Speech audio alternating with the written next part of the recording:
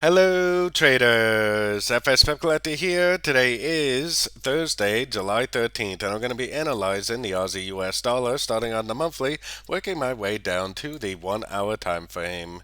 So on the Aussie dollar monthly, I think we have three ways up right here, like a three-way pattern for a W. Definitely three ways down, probably an X. I think this is going to continue up and make three ways up, most likely an W, X, and Y. Probably at least go all the way up and take out the high of wave 4.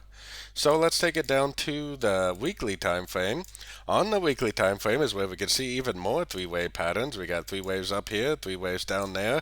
I believe that right there is the end of a crescent, and I think this is now going to make an uptrend, most likely for the wave C of wave Y, just like what I was showing on the longer time frames, like an A, a B, and C of wave Y. So let's take it down to the daily time frame.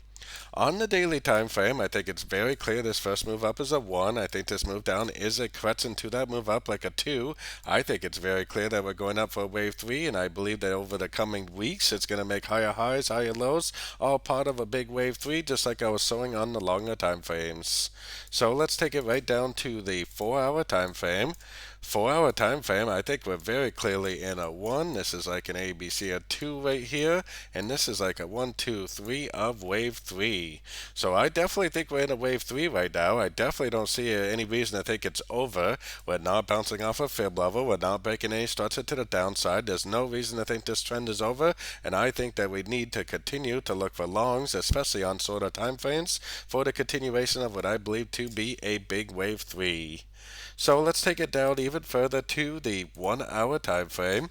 On the 1 hour time frame, really all I'm doing on the 1 hour time frame is looking for pullback entries based on what I see on the longer time frames. So if I do see a pullback, like a three-way pattern to the downside, I see an impulsive move up, I am going to ignore the short, but instead I'll wait for the long opportunity for the continuation of the uptrend. All the higher time frames are definitely telling me the trend is up. Shorter time frames are just going to continue to go long at the end of any ABC pullback that I may see on these shorter time frames.